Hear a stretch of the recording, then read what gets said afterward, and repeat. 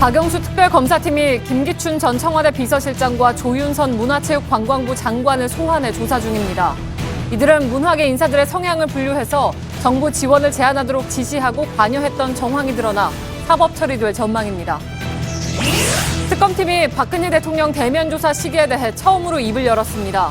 설 이후인 2월 초순까지는 박 대통령 조사가 이루어져야 한다고 밝혔습니다. 최순실 씨 조카 장시호 씨가 오늘 열린 재판에서 삼성의 동계 스포츠 영재센터 후원을 강요했다고 인정했습니다. 장 씨가 관련 혐의를 모두 자백한 반면 이모 최순실 씨는 이를 모두 부인했습니다. 박근혜 대통령의 서울 삼성동 자택을 1990년 최순실 씨의 어머니 임선희 씨가 계약했다는 증언이 나왔습니다. 그동안 박 대통령 측은 사적 구입 대금은 이전 집을 팔아서 마련했다고 설명해왔지만 자금 출처에 대한 의혹이 커지고 있습니다. 부산의 소녀상으로 불거진 한일 간 역사 갈등이 독도를 둘러싼 영토 갈등으로 확전될 조짐입니다.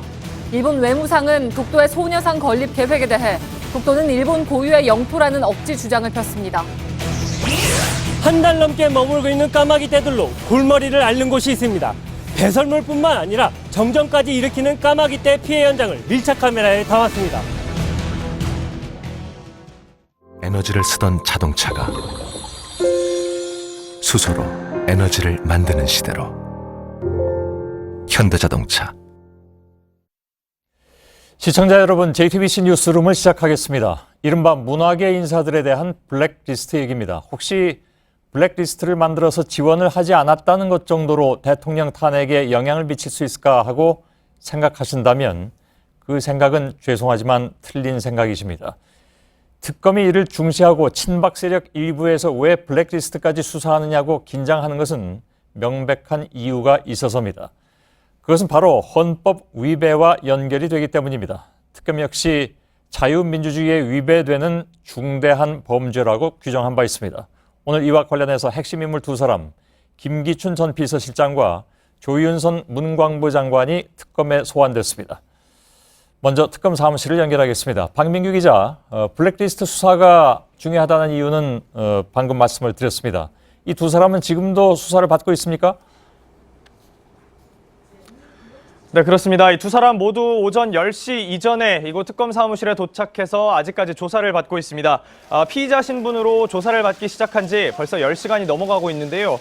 특검은 오늘 이들이 청와대에 근무하던 시절 실제로 이 블랙리스트를 작성하고 관리했는지 집중 확인하고 있습니다. 예, 두 사람은 아시는 것처럼 계속 블랙리스트하고는 관련이 없다 이렇게 주장을 해왔습니다. 그렇습니다. 특검은 이 두 사람이 지금 거짓말을 한다고 보고 있습니다. 김 전 실장의 경우 국정 개입 사건의 당사자인 최순실 씨를 자신은 전혀 모른다고 해왔고요. 지난달 말 특검이 자신의 자택을 압수수색하기 전에는 이 관련 자료를 내다 버리고 주변 CCTV 기록까지 삭제하는 등 증거 인멸에 나서기도 했습니다. 조 장관 역시 당초 이 블랙리스트는 없다라고 하다가 존재 자체는 인정한다는 취지로 뒤늦게 말을 바꿨습니다. 예, 그렇기 때문에 오늘 특검이 어떻게 진술을 이끌어낼지 이것이 이제 관건인데 두 사람이 혹시 대질 조사도 하는 겁니까? 한다는 얘기가 나왔었는데 혹시 이미 이루어졌는지요? 아직 대질 조사는 이루어지지 않은 걸로 파악이 되고 있습니다. 당초 특검은 두 사람을 따로 불러 조사하려다가 어제 오전 회의에서 함께 부르는 걸로, 그러니까 같은 시각, 비슷한 시각에 부르는 걸로 방향을 바꿨습니다. 이들의 진술이 서로 엇갈릴 경우를 대비해서 같은 장소에서 조사하기 위한 게 아니냐라는 분석이 아까 말씀하신 대로 나온 이유인데요. 특검 관계자는 이 두 사람을 포함해서 앞서 구속된 전직 문체부 장차관 그리고 전 청와대 비서관 등도 필요하면 대질 조사하겠다고 밝혔습니다. 예, 물론 조사를 다 해봐야 알겠습니다만 구속영장 청구 가능성은 어떻게 봅니까? 네, 일단 오늘 조사 중에 이들을 긴급 체포할 가능성은 낮다는 게 특검 입장입니다. 조사를 우선 마치고 돌려보낸 뒤에 이 구속영장 청구 여부를 결정하겠다는 건데요. 오늘 이후로는 이 블랙리스트와 관련해서 추가로 불러 조사할 사람이 없다고 특검이 밝혔습니다. 때문에 이 두 사람에 대한 영장 청구로 이번 수사에 결론을 내는 게 아니냐 이런 분석이 나오고 있습니다. 예. 자, 김기춘 전 실장은 사실 블랙리스트뿐만이 아니라 다른 의혹들도 많이 있습니다. 이것도 특검이 한꺼번에 다 조사를 하는 겁니까? 그렇습니다. 김 전 실장은 문체부 1급 공무원 6명에게 이 사표를 내라고 강요했다는 의혹도 받습니다. 이 리스트가 문체부에 전달된 지 몇 달 안 돼서의 얘기인데요. 해당 공무원들은 블랙리스트에 반대했다고 합니다. 실제로 이들 6명 중 3명이 사직을 하기도 했습니다. 여기에 더해 최순실 씨 국정개입 사건을 알고도 묵인했다는 의혹, 그리고 검찰 수사와 인사에 지속적으로 영향력을 행사하면서 개입해왔다는 의혹까지 김 전 실장을 상대로 조사해야 할 부분들입니다. 특검은 지금까지 수사를 통해 확보한 자료를 확보한 부분은 오늘 김 전 실장에 대한 조사를 통해 모두 확인하겠다고 밝혔습니다. 예, 그렇다면 조사 시간이 생각보다 더 길어질 가능성도 있어 보이는군요. 박민규 기자였습니다. 방금 전해드린 것처럼 김기춘 전 비서실장과 조윤선 장관은 블랙리스트 연루 의혹을 부인하고 있습니다. 그런데 이렇게 모르쇠로 일관하는 두 사람의 혐의를 입증하기 위한 특검의 전략은 무엇인지 김필준 기자가 보도해드립니다. 박영수 특검은 지난달 26일 김기춘 전 청와대 비서실장과 조윤선 문체부 장관 등의 사무실과 자택을 압수수색하며 문학의 블랙리스트 수사를 본격화했습니다. 그런데 압수수색 영장엔 김기춘 등의 직권남용 혐의라고 적시했습니다. 김기춘 실장이 블랙리스트 몸통이라고 수사 초기부터 판단한 겁니다. 이후 관계자들을 줄 소환했습니다. 공개 소환자만 10명, 비공개 소환자까지 하면 수십 명에 달합니다. 이들은 블랙리스트의 존재를 인정했고 리스트 작성에 직접 개입한 소환자들은 윗선의 지시였다고 진술한 것으로 파악됐습니다. 이렇게 윗선을 타고 올라가다 보니 김기춘 전 실장과 조윤선 장관까지 이르게 된 겁니다. 특히 구속된 김종덕 전 문체부 장관이 김기춘 실장에게 보고했다고 진술했고 문체부에서 압수한 컴퓨터 기록을 복구한 결과 조윤선 장관의 직접 개입 증거도 나타났습니다. 특검은 이 같은 진술과 물증을 토대로 김 전 실장과 조 장관의 블랙리스트 개입 여부를 집중 추궁하고 있습니다. JTBC 김필주입니다. 네, 특검팀은 오늘 블랙리스트 수사와 관련해서 박 대통령의 지시 정황과 물증이 있었는지 계속 확인하겠다 이렇게 밝혔습니다. 블랙리스트 수사 역시 뇌물죄와 마찬가지로 대통령이라는 정점을 향해서 가고 있는 상황입니다. 취재 기자와 함께 한 걸음 더 들어가겠습니다. 김준 기자가 나와 있습니다. 자, 김기춘 전 비서실장은 이번 국정개입 의혹이 제기된 직후부터 중요한 조사 대상이었습니다. 특검이 오늘 김기춘 전 실장을 불렀다는 것은 어느 정도 그림이 완성이 됐다 이렇게 봐도 될까요? 그렇습니다. 블랙리스트와 관련해서는 김종덕 전 문체부 장관 그리고 정관주 전 문체부 1차관 그리고 신동철 전 정무비서관 등을 앞서 특검이 이제 구속을 했습니다. 김상률 전 교문수석 같은 경우는 일단 구속이 되진 않았는데요. 일단 이 세 사람이 사실상 실무자 내지는 집행자로서 블랙리스트와 관련한 역할을 한 거고 또 김기춘 전 실장과 조윤선 장관이 중간 지시자로서 역할을 했다. 특검이 이렇게 보고 있는 겁니다. 예. 김기춘 전 실장의 경우에는 좀 더 이제 주도적으로 역할을 해왔긴 하지만 그 위에 최종 지시자로서 박 대통령이 있다. 이런 그림을 특검이 그리고 있습니다. 예. 근데 아직 특검이 청와대를 압수수색하거나 아니면 박 대통령을 직접 조사하진 않았습니다. 그럼에도 불구하고 대통령의 개입 정황이 있다. 그걸 잡았다 이런 얘기인가요? 네, 지금까지 특검에서 확보한 진술들이 일단 있는데요. 예. 유진용 전 문체부 장관을 비롯해서 여러 문화체육 관계자들이 그 사이에 잇따라 특검에 나와서 조사를 받고 돌아갔습니다. 예. 이 과정에서 김 전 실장과 조 장관, 더 나아가서는 대통령의 개입 정황을 특검이 확인을 한 거고요. 또 김영한 전 민정수석의 비망록을 비롯해서 또 김 전 실장과 조 장관의 자택에서 압수한 물건들 그리고 또 문체부에서 확보한 디지털 증거들이 있기 때문에 특검에서 어느 정도 자신감을 보이고 있는 겁니다. 예. 근데 두 사람 다 지금까지는 완전히 혐의를 부인하는 상황인데 그 진술을 끌어내기가 쉬울까요? 쉽지 않을 걸로 예상이 되긴 되는데요. 예. 그전하고는 좀 다른 상황인 게 두 사람 모두 궁지에 몰렸기 때문에 그동안처럼 완전히 부인하는 태도를 유지하기는 어렵다 이런 분석이 법조계에서 나오고 있습니다. 예. 이미 이들의 증거인멸 정황도 특검에서 포착을 한 상태고요. 특히 다른 관계자들이 김 전 실장과 조 장관을 중간 지시자로서 지목을 해온 상황에서 대통령 개입을 인정하지 않으면 결국 최종 결정자로서 모든 책임을 두 사람이 져야 하는 상황이 될 수도 있는 겁니다. 예. 그게 조금 아까 김준 기자가 얘기한 두 사람이 궁지에 몰린 상황입니까? 그렇습니다. 그러니까 각종 정황 증거가 다 나오고 있고 끝까지 부인하면 당신들이 다 책임져야 된다. 이런 얘기들이 나올 테니까 글쎄요. 그건 좀 두고 보도록 하죠.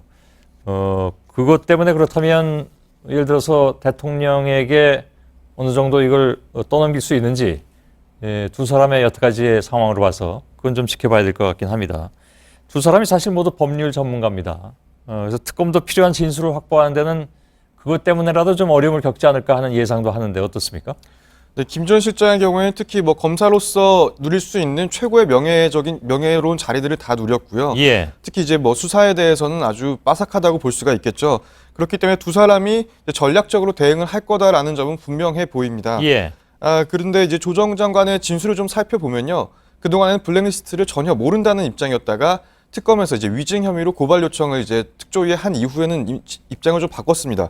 그래서 좀 그런 해당 문건이 있었던 것으로 판단된다라면서 조심스럽지만 어느 정도 블랙리스트를 인정하는 듯한 태도를 보이고 있는데요. 예. 이제 법률적으로 그리고 전략적으로 봤을 때 본인들이 입을 수 있는 피해, 본인들의 책임 범위를 최소화하겠다 이런 전략이다 이렇게 분석이 되고 있습니다.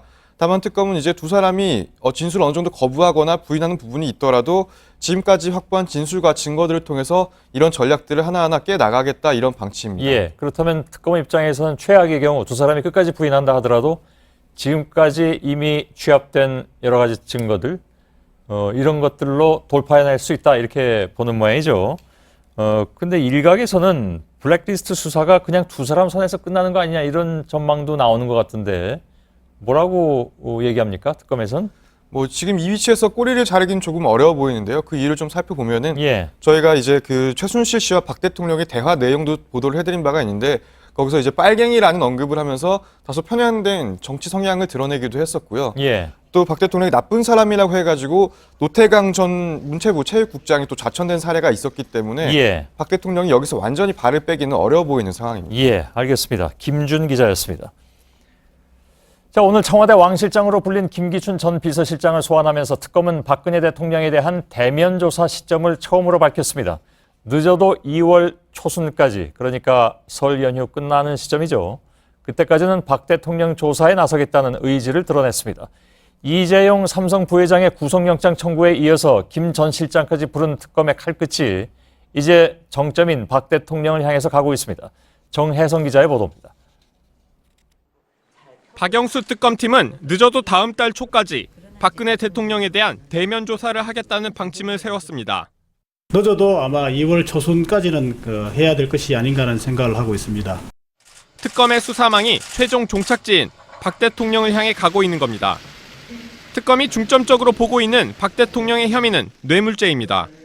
삼성 등 대기업이 대가를 바라고 미르와 K스포츠 재단에 출연한 774억 원이 최순실 씨와 경제적 공동체인 박 대통령에게 건넨 뇌물이라는 겁니다. 특검은 또 박 대통령이 블랙리스트 작성도 주도한 걸로 보고 조사하고 있습니다. 특검은 앞서 검찰 조사에 응하지 않았던 박 대통령이 특검 조사는 받겠다고 한 점을 강조했습니다. 아울러 지난번 대통령께서 대면 조사에 응한다는 취지를 말씀을 하셨기 때문에 특검의 대통령 대면 조사에 앞서 증거물 확보를 위한 청와대 압수수색이 언제 이루어질지도 주목됩니다. JTBC 정혜성입니다. 헌법재판소가 오늘 박 대통령 최측근인 정호성과 이재만, 안봉근 전 청와대 비서관, 그러니까 이른바 문고리 3인방, 이들의 검찰 진술 조서를 증거로 받아들였습니다. 또 국정개입 사건 물증이 담긴 안종범 전 수석의 업무 수첩에 대해서도 검찰 조사와 법정에서 제시된 핵심 내용을 증거로 채택했습니다.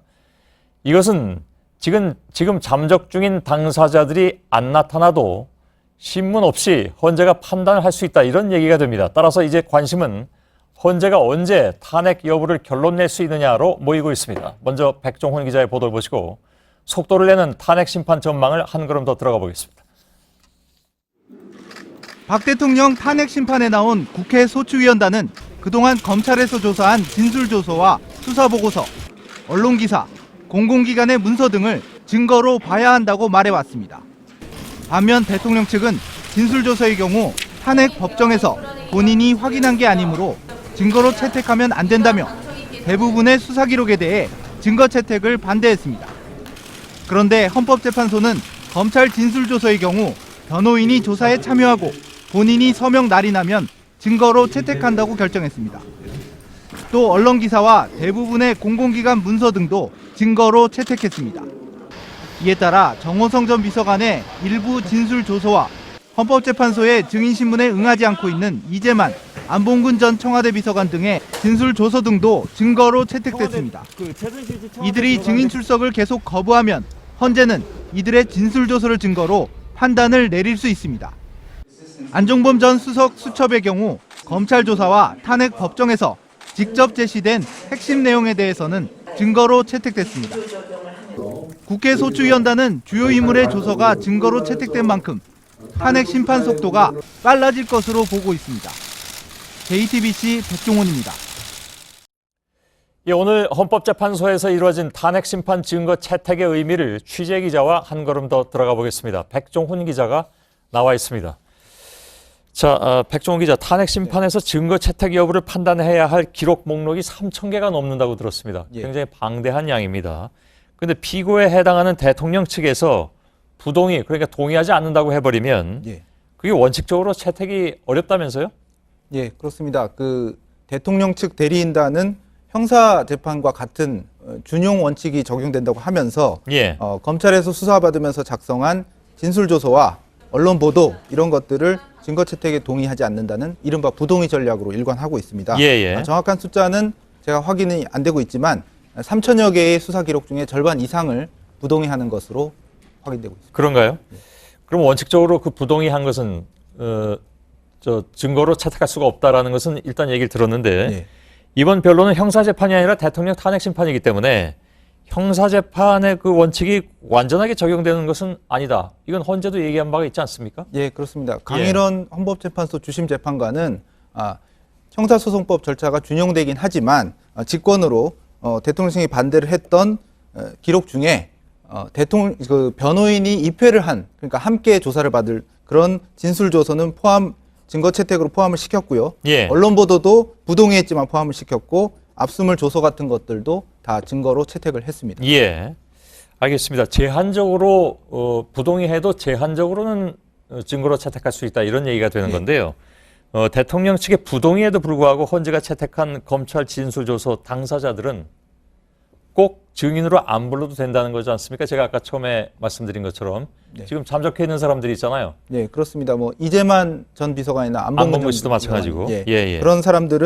그런 사람들까지 증거 채택을 위해서 진술을 받기 위해서 헌법재판소 심판정에 부른다면 뭐 50명을 불러야 되는 거 아니냐 이런 말도 나오지 않았습니까? 하지만 오늘 헌재가 직권으로 변호사가 입회한 이런 검찰 조사 진술 조서는 인정을 했기 때문에 많은 이름들이 나오는데요. 이런 사람들의 증거는 굳이 증언은 탄핵 법정으로 안 불러도 직권으로 재판부가 판단을 할 수 있게 됐습니다. 그러니까 당초 우려했던 것이 계속 이렇게 안 나오거나 그러면은 이게 어쩔 수 없이 늘어지는 것이 아니냐 했는데 오늘 날짜 이후로는 그런 염려는 안 해도 된다 이런 얘기가 되는 거죠. 네, 그렇습니다. 안종범 전 수석의 경우에 이제 법정이나 검찰에서 본인에게 제시한 진술 조서 등 일부만 채택이 됐다 이런 얘기가 나왔습니다. 수첩의 일부 내용 등은 그렇지 않은 부분이 있죠. 그러니까 수첩의 전체를 다 증거로 채택한 건 아니잖아요. 예, 그렇습니다. 어제 5시간 넘게 안종범 전 수석이 그 헌재에서 증인 신문을 받지 않았습니까? 그때 자리에서 많은 증거 그 수첩 사본을 제시를 하면서 소추위원단이 당신이 쓴 것이 맞느냐 이렇게 계속 물었고요. 그 부분에 대해서 다 인정을 했습니다. 그래서 그런 핵심 부분, 그 물을 만할 정도의 그 관건이 되는 사면이나 재단 출연과 관련된 그런 대목들은 모두 수첩의 중요 핵심 대목인데 그런 것들은 증거 채택이 된 겁니다. 오늘 헌재가 조서나 공문서 또 언론 보도는 대통령 측의 이런 부동의 전략에도 불구하고 증거로 채택을 한다 이렇게 했습니다.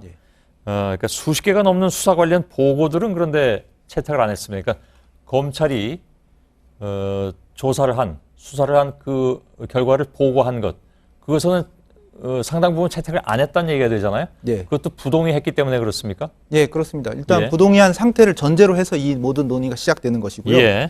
수사 보고란 게 뭔지 잠깐 설명을 드리면 김모 씨의 계좌 내역, 뭐 박모 씨 일가의 출입국 내역 이런 것들을 정리를 하고 간단한 설명을 붙인 검찰에서 작성한 문서입니다.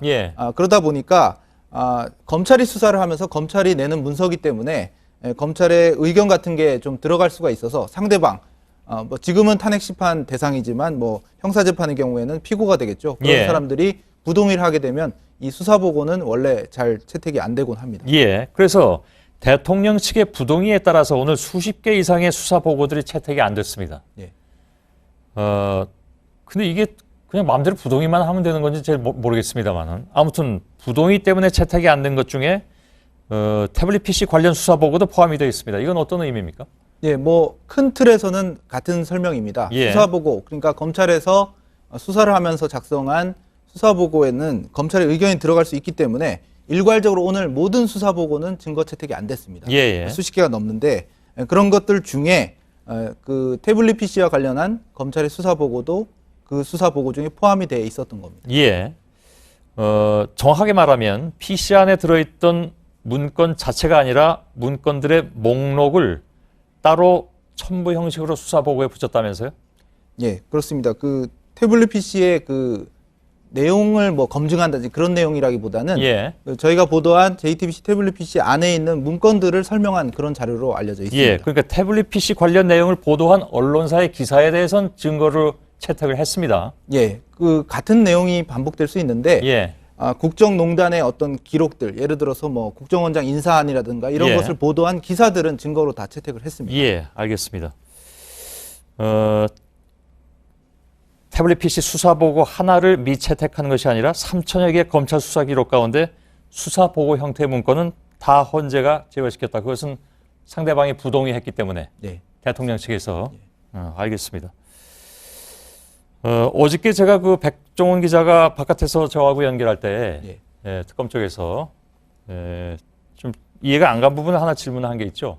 그러니까 안종범 전 수석이 작년에 두 재단 사태가 터졌을 때, 그러니까 최순실 씨 태블릿 PC가 보도되기 전입니다. 그 두 재단에 대한 문제가 보도되기 시작했을 때 대통령에게 자, 비선 실세가 있다는 것을 일부 인정합시다 라고 얘기를 했는데 안 받아들여졌다면서요? 예, 그렇게 전해드렸었습니다. 예. 그래서 제가 백종원 기자한테 뭐라고 질문을 했냐면, 그럼 안종범 전 수석이 그렇게까지 얘기했다라는 것은 안종범 전 수석도 비선 실세의 존재를 알았다는 것이 아니냐. 예. 근데 최순실하고 안종범은 서로 모른다고 계속 주장을 하고 있으니까 그러면 안종범 전 수석이 진술을 뒤집은 것이냐, 몰랐다는 것을. 예. 결과가 어떻게 나왔습니까? 결과적으로는 자신이 최순실을 몰랐다, 반성한다까지 표현을 하면서 몰랐다는 것은 계속 유지를 했습니다. 예. 다만 말씀하신 것처럼 최순실을 몰랐다, 반성한다까지 얘기하면서 또 일부 비선 실세는 인정을 하자고 대통령이 건의했다고 묵살당했다는 그 주장은 앞뒤가 맞지 않기 때문에 그 진술의 진위 여부를 계속 수사 내지는 확인해야 될 것으로 보입니다. 예, 모순이 발생하는군요.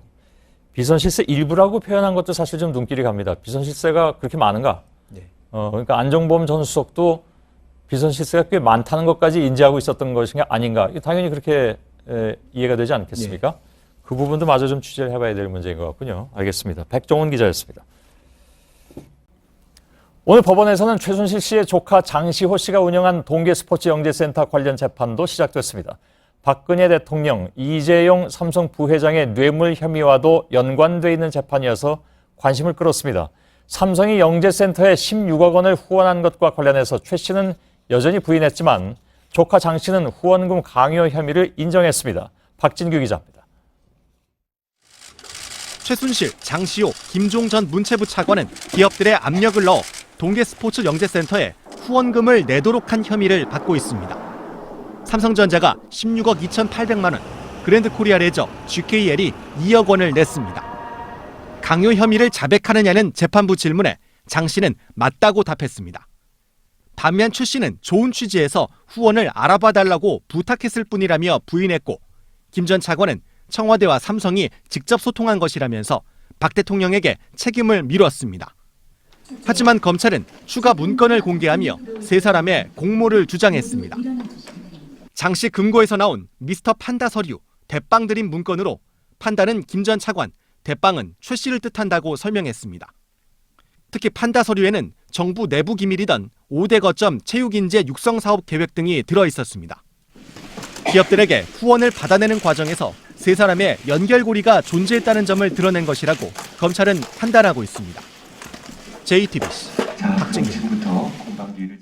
예, 이렇게 여러 가지 경로로 최순실 일가가 이권을 챙기는 것을 몰랐다는 것이 박근혜 대통령의 입장이죠. 그러나 박 대통령이 사실상 장시호 소유였던 동계스포츠 영재센터 임원 이름이나 삼성전자로부터 받은 후원금 액수까지 정확하게 알고 있었던 것으로 드러났습니다. 안종범 전 수석의 수첩에 담긴 관련 내용을 검찰이 아예 공개했습니다. 강버들 기자입니다. 최순실과 장시호, 김종 전 문체부 2차관에 대한 공판에서 검찰은 안종범 전 청와대 정책조정수석의 업무 수첩을 제시했습니다. 박재혁 회장 이규혁 전무, 춘천 꿈나무 캠프, 계약서 송부 9.7억이라는 문구에 대해 검찰은 대통령이 영재센터 임원과 캠프 장소, 부가세를 제외한 삼성 후원금이 얼마인지 알고 있었던 것으로 보인다고 주장했습니다. 실제로 영재센터는 지난해 2월 말 춘천에서 초등학생 대상 2박 3일 빙상 캠프를 열었습니다. 또 3월에는 삼성전자가 영재센터에 후원금 명목으로 10억 7,800만 원을 지급했습니다.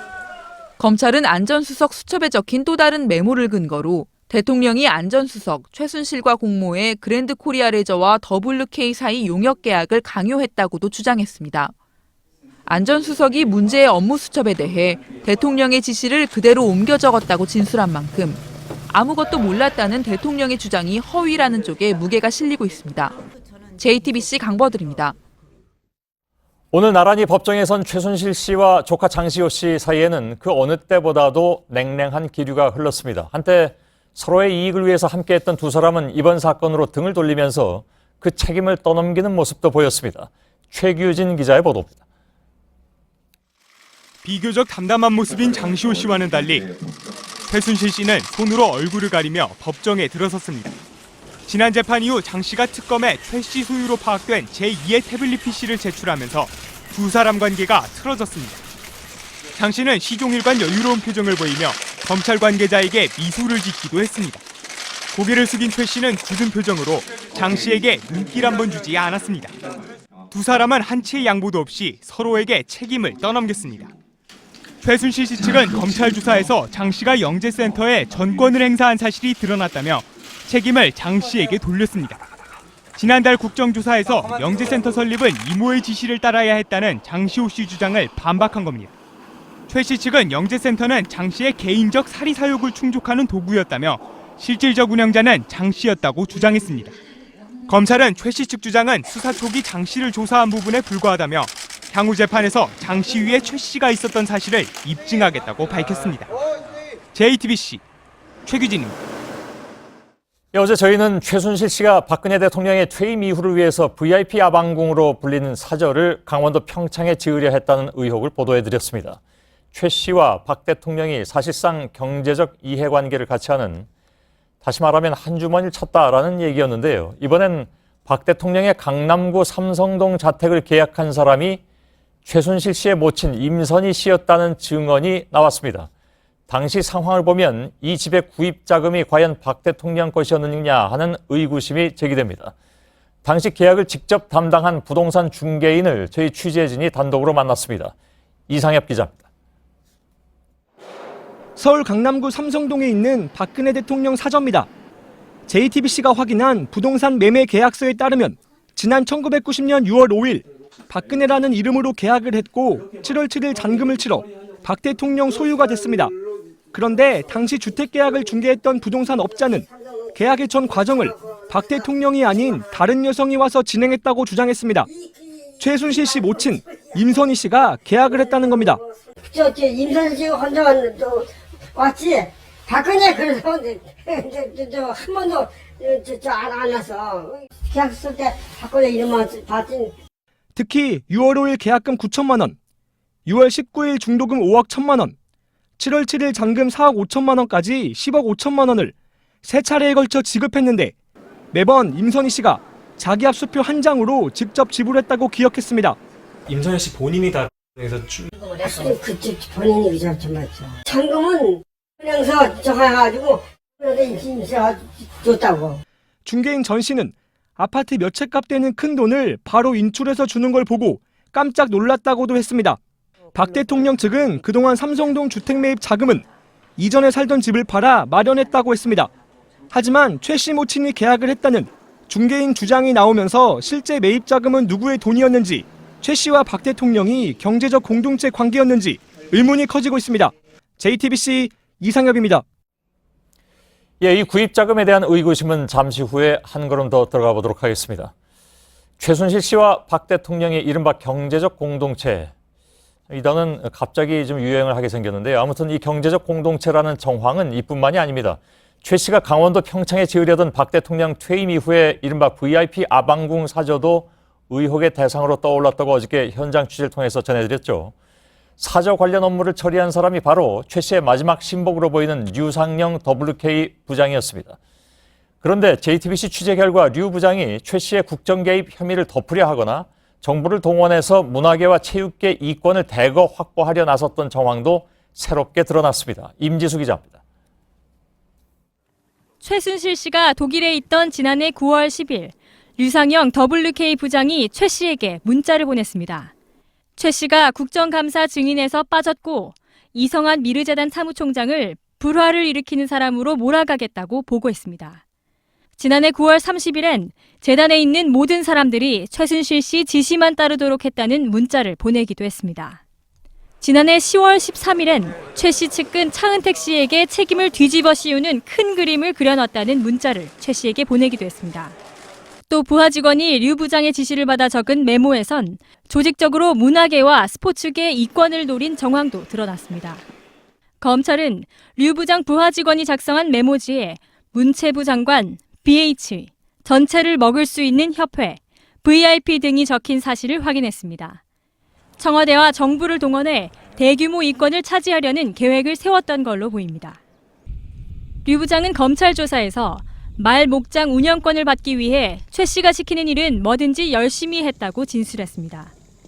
류 씨는 현재 헌법재판소 증인 출석 요청에 불응한 채 잠적했습니다. JTBC 임지수입니다. 예, 어제 저희는 최순실 씨가 박근혜 대통령 퇴임을 대비해서 미르와 K스포츠재단 등을 모두 합해서 지주회사를 구상했다는 보도를 해드렸습니다. 이 회사 이름이 바로 인투리스입니다. JTBC가 인투리스의 컨셉안을 입수해서 분석해봤더니 미르재단과 K스포츠재단을 하나로 합친 회사였습니다. 이서준 기자의 보도입니다. WK 부장 류상영 씨가 최순실 씨 지시를 받고 만들었다는 지주회사 인투리스의 컨셉안입니다. 스포츠를 통해 문화를 이끌어 행복을 추구하는 기업. 행복으로 가는 방향, 스포츠가 문화가 되고 스포츠를 문화로 만드는 기업 활동이라고 적혀 있습니다. 미르재단과 K스포츠재단 설립 목적에 적혀 있던 문화, 체육, 행복 등을 모두 합쳐 인투리스 컨셉을 만든 겁니다. 검찰은 류씨 부하 직원 김모 씨가 류씨와 인투리스 관련 회의를 하며 작성한 메모도 확보했습니다. 메모에는 전체를 먹을 수 있는 협회라고 적혀 있고 VIP 청와대 최순실과 교문수석, 민정수석 등 청와대 조직, 문체부 장차관과 김종의 별칭 등이 적혀 있습니다. 지주회사를 만들어 최순실 씨가 소유하게 된다는 내용의 메모도 발견됐습니다. 하지만 최순실 씨는 지주회사 설립을 지시했다는 의혹을 전면 부인하고 있습니다. JTBC 이서준입니다. 예, 보신 것처럼 최 씨 일가와 박 대통령이 경제적 공동체라는 정황이 계속해서 드러나고 있습니다. 결국 최 씨와 박 대통령을 뇌물죄 공범 관계로 볼 수 있는 배경이 되는 셈입니다. 특히 삼성동 사저 구입 과정에서 의문이 가는 내용들을 중심으로 해서 취재 기자와 한 걸음 더 들어가 보겠습니다. 이서준 기자가 나와 있습니다. 앞서 리포트를 보면 최순실 씨 모친 임선희 씨가 박 대통령의 삼성동 사저 계약을 했다는 거잖아요. 박 대통령이 없는 자리에서. 근데 임 씨가 계약을 했지만 대금은 박 대통령 돈으로 했을 가능성, 이거는 따져봐야 될 필요가 없을까요? 일단 박근혜 대통령이 그동안 이 재산 검증과 관련해서 얘기했던 밝힌 것들을 근거로 하면은요. 예, 당시에는 박 대통령의 고정 수입이 없었던 걸로 보입니다.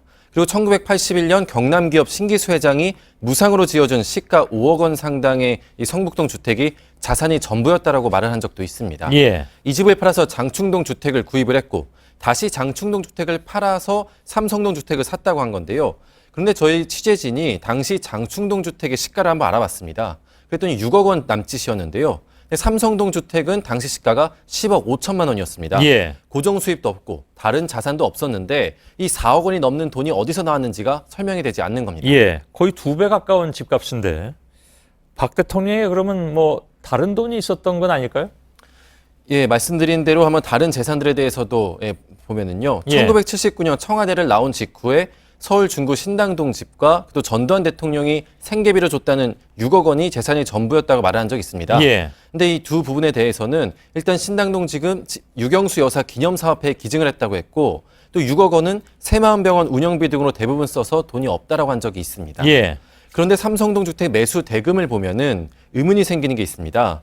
바로 이 대금을 1990년 7월 5일에 모두 지불했다고 나오는데요. 예. 근데 저희가 앞서 이 거주한 장충동 집의 등기부 등본을 떼보니까 이 집을 팔고 대금을 받은 시점이 90년 8월 12일입니다. 예. 한마디로 돈을 받지도 않은 상태에서 이 삼성동 집의 잔금을 모두 치렀다는 얘기입니다. 아, 그러네요. 돈이 들어온 날짜만 보면 분명히 그러네요. 그럼 다른 돈이 있었다는 얘기인데 아까 이서준 기자가 얘기한 걸 그대로 따라가다 보면 물론 이건 이서준 기자의 의견이 아니라 박 대통령 측에서 나왔던 얘기를 정리한 거잖아요. 그걸 그대로 따라가 보면 한 푼도 없는 상황이 되는데 그죠? 집은 기증했고 또 그 6억 원, 늘 화제가 되고 있는 그 6억 원은 이미 새마을병원 운영비 등으로 써버렸기 때문에 한 푼도 없는 상황이 되는데 어떻게 이런 일이 가능한 것인가? 의구심이 자꾸 증폭이 될 수밖에 없는 그런 상황인 것 같습니다. 일단 알겠습니다. 삼성동 주택뿐만이 아니라 강원도 평창군 사저 의혹에서도 역시 최순실 씨에 대한 의혹이 동시에 나오고 있는데. 네, 맞습니다. 최근까지 최 씨 옆에서 보좌를 했던 이 유상영 WK 부장이 사저를 아방궁이라고까지 부르면서 건축 계획을 얘기한 그 녹취 파일이 검찰 수사 결과로 나온 건데요. 예. 근데 그 자금의 출처는 아직까지 밝혀지는 않았습니다. 또 예. 공사가 실제로 진행이 되지는 않았기 때문에요. 근데 최 씨가 두 재단의 기업들이 낸 자금 이런 것들을 통해서 대통령 이 사저를 추진하려고 계획을 했다라면은 경제적 공동체 의혹은 더욱더 뚜렷해지게 됩니다. 예. 알겠습니다. 평창 얘기로 넘어갔지만 한 가지 또 좀 아까 왜 그 사저와 관련해서는 저희가 아까 당시 부동산 중개업하는 분의 증언을 직접 들었잖아요. 그랬더니 4억, 5억짜리 숲을 그냥 한목에 다 주더라 이렇게 해야 되는데 이서준 기자의 취재에 따르면 아까 말 그대로 돈이 한 푼도 없는데 어떻게 4억, 5억이 이렇게 순차적으로 막 그냥 한 장에 나오느냐. 또 그래서 더 의구심이 생길 수밖에 없는 상황인 것 같습니다. 다시 평창 얘기로 돌아가죠. 최 씨가 평창 땅에 관심을 가진 이유 새삼 주목이 되고 있습니다. 박 대통령이 최 씨 회사의 파트너사인 스위스 누슬리사 여기에 3천억 원대 평창올림픽 공사를 맡기라고 지시했다는 얘기도 나왔죠. 예, 안종범 전 수석이 검찰에서 진술한 내용입니다. 예. 한마디로 박근혜 대통령이 안 전 수석에게 이 누슬리사의 평창올림픽 일감 3천억 원을 줘라라고 지시를 했다는 건데요. 예. 근데 이 누슬리사는 WK와 협력 관계였던 회사였습니다. 예. 또 어제 저희가 보도해 드렸는데 이 최 씨가 평창 땅을 개발을 하면서 올림픽 관련 SOC 시설물이 들어서는 것까지도 염두하면서 개발을 진행하고 있었습니다. 예. 한마디로 이 평창올림픽 일감에도 관심을 갖고 또 평창 땅 개발을 그것과 연관지어서 진행을 해왔다는 겁니다. 모든 게 지금 다 이렇게 토니바퀴 물리듯이 물려 들어가 있는 그런 상황인 것 같습니다. 그렇게 이익을 공유하는 관계가 뇌물수사에서도 당연히 의미를 가질 것 같네요. 일단 특검이 이 뇌물죄를 수사하는 데 있어서 박근혜 대통령과 최순실 씨를 뇌물죄 공범 관계로 보고선 수사를 진행 중입니다. 두 사람이 대기업의 돈을 받아내고 요구하고 또 대가를 주는 등의 그런 논의들을 함께 공모해서 진행을 했다는 건데요. 예. 이 삼성에 돈을 요구하고 혜택을 주는 과정 등을 두 사람이 함께 논의하고 실행을 했다는 것만 입증이 된다면은 사실 공모관계, 공범관계를 성립되는 거는 문제가 없습니다. 예. 근데 여기서 만약에 경제적 공동체 관계까지도 입증이 된다면은 공모를 한 이유가 뭔지 한마디로 두 사람이 이익을 공유하기 때문에 이처럼 공모를 했다라는 배경 설명이 이루어지는 겁니다. 예. 지금 이서준 기자가 얘기한 거는 그러니까 경제적 공동체 관계가 반드시 입증되지 않는다 하더라도 두 사람을 뇌물죄 공범으로 기소하는 데는 무리가 없다. 서로 논의한 것만 밝혀지게 되면 그 얘기잖아요. 네, 맞습니다. 그러니까 방금 말씀드린 것처럼 박근혜 대통령과 최순실 씨 간의 공모 관계 또 어떻게 공모를 했고 논의를 해왔는지를 입증하면 되는 건데요. 예. 저희가 보도를 해드린 것처럼 이 박근혜 대통령이 최순실 씨가 얘기하고자 하는 바를 이 윤전추 씨를 통해서 전달받았다라고 저희가 보도해드린 적도 있습니다. 그런데 이 경제적 공동체까지 만약 입증이 된다면은 왜 그런 공모를 했는지 그런 정황들까지도 뒷받침이 되는 겁니다. 그래서 저희가 어제 오늘 보도해드린 것이 그 두 가지입니다. 그러니까 하나는 바로 이 사저 문제, 둘 다 사저 문제네 결국은. 네, 그렇습니다. 과거에 그 삼성동에서 샀던 사저 문제 그 구입 과정 그리고 바로 평창에 지으려 했던 사저 문제. 이 두 가지가 바로 매우 중요한 핵심 고리가 될 수 있지 않느냐. 것이죠. 이서준 기자였습니다. 어제 안종범 전 청와대 정책조정수석이 헌법재판소에서 한 증언은 여러 가지로 의미가 큽니다. 박근혜 대통령의 탄핵 사유 또 범죄 혐의와 직접 관련이 되기 때문인데 그중에서도 사면 부분은 사실 충격적이기까지 했습니다. 박 대통령이 미리 최태원 SK 회장에 대한 사면을 결정한 뒤에 형식적인 절차만 거친 뒤 바로 사면 내용까지 미리 SK 쪽에 알려줬다는 얘기인데요. 그 이후에 SK는 정부 사업에 1,000억 원, 최순실 씨가 주도한 두 재단에 100억 원이 넘는 돈을 냅니다. 특검은 대가성 사면 의혹에 대한 수사에 본격 착수했습니다. 대가성이 인정된다면 또 다른 대통령의 뇌물 혐의가 될 수 있는 부분입니다. 박 대통령이 마치 선심 쓰듯 내준 사면의 과정을 먼저 안지연 기자가 정리해드리겠습니다. 최태원 SK 회장에 대한 사면 결정이 나기 석 달 전까지도 박근혜 대통령은 대기업 총수 사면에 부정적이었습니다. 사면이 힘 있는 사람들에 대한 특혜인 것처럼 비춰져서 법치주의를 훼손하고 정치에 대한 불신을 야기하는 일이 되풀이되어 왔습니다. 하지만 두 달 뒤인 2015년 7월 갑자기 태도가 바뀌었습니다.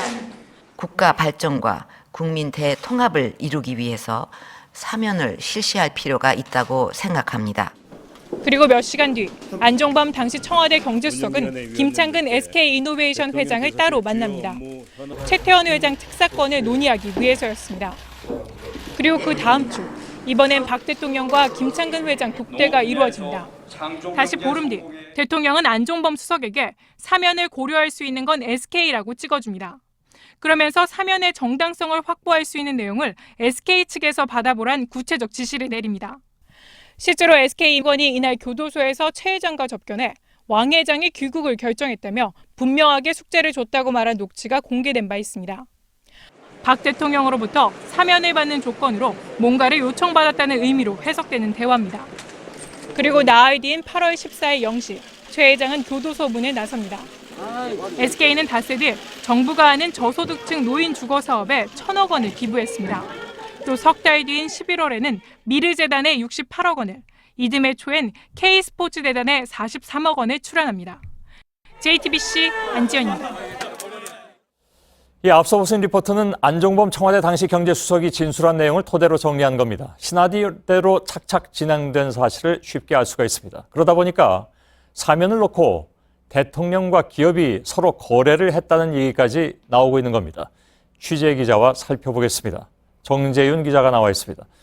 자, 이번 사면의 경우에 대통령이 대상을 미리 찍어줬다는 점에서 시작부터 잘못돼 보입니다.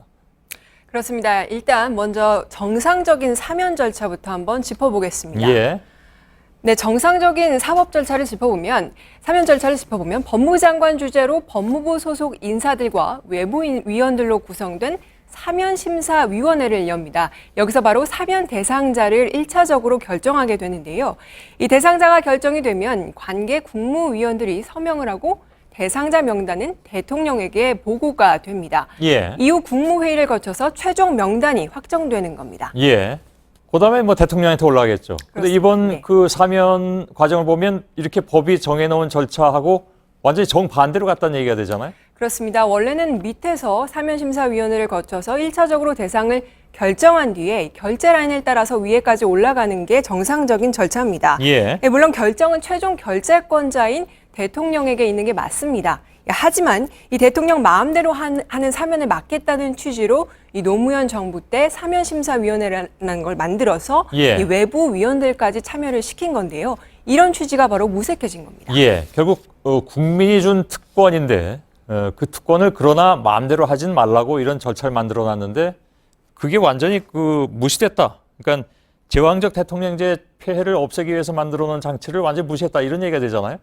그렇습니다. 이 안전수석의 증언을 토대로 보면 그게 바로 맞는 얘기인데요. 예. 이 박 대통령이 SK 측 고위 관계자를 만나서 사면의 논의를 하고 그리고 며칠 뒤에 사면은 SK니까 자료를 준비해라 이렇게 지시를 했다는 겁니다. 예. 또 대통령은 국민 감정이 좋지 않으니 사면 정당성을 확보할 만한 것을 SK 측에서 받으라는 이런 구체적인 지시까지 했습니다. 예.